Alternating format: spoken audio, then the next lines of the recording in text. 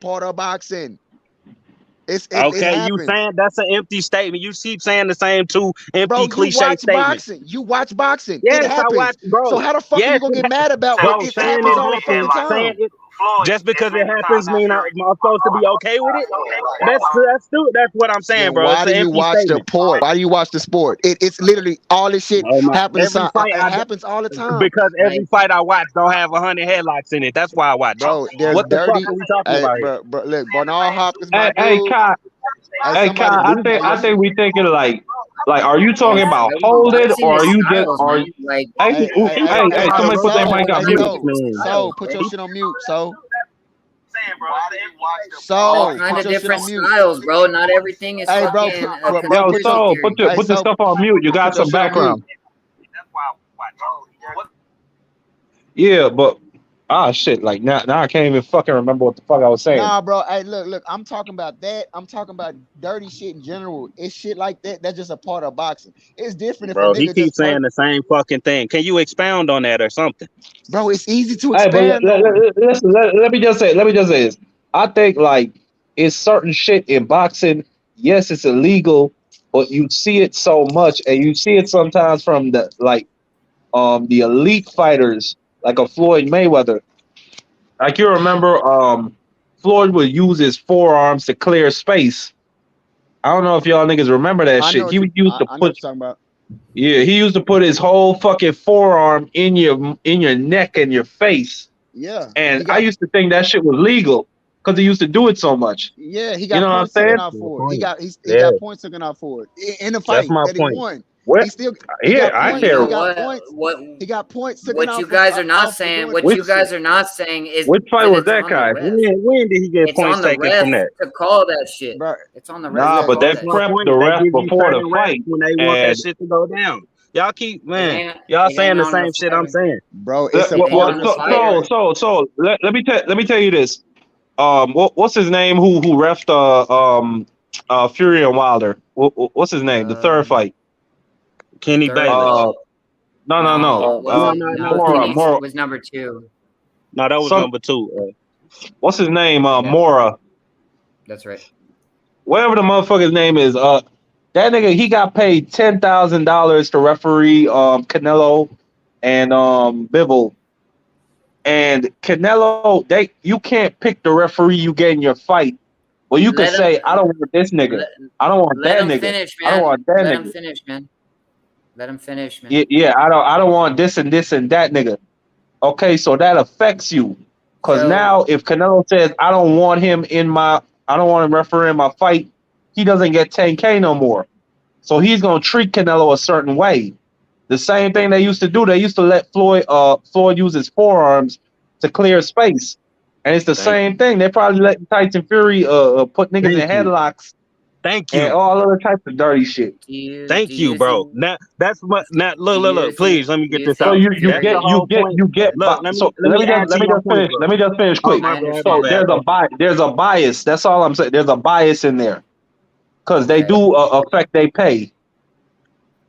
Bro, and that's what I'm trying to tell him, bro. You could say that it happens in every fight, but the fucking point here is that it's refed different by different refs. So it don't matter if it happened in every fight. When one ref letting you do it all fucking night, but what the other ref is Okay. like warning you all Okay. night. You see what I'm saying? Let So let me that's the respond. fucking Let me difference we respond talking to about. that. But Let me so respond to that. so you can't sit Let here me and say, look, real quick, bro. You can't sit here and say it happens in every fight and just that be the end of the discussion. You got to expound on it because it's ref different in every fight. That's all I'm saying. Okay. Now go ahead, bro.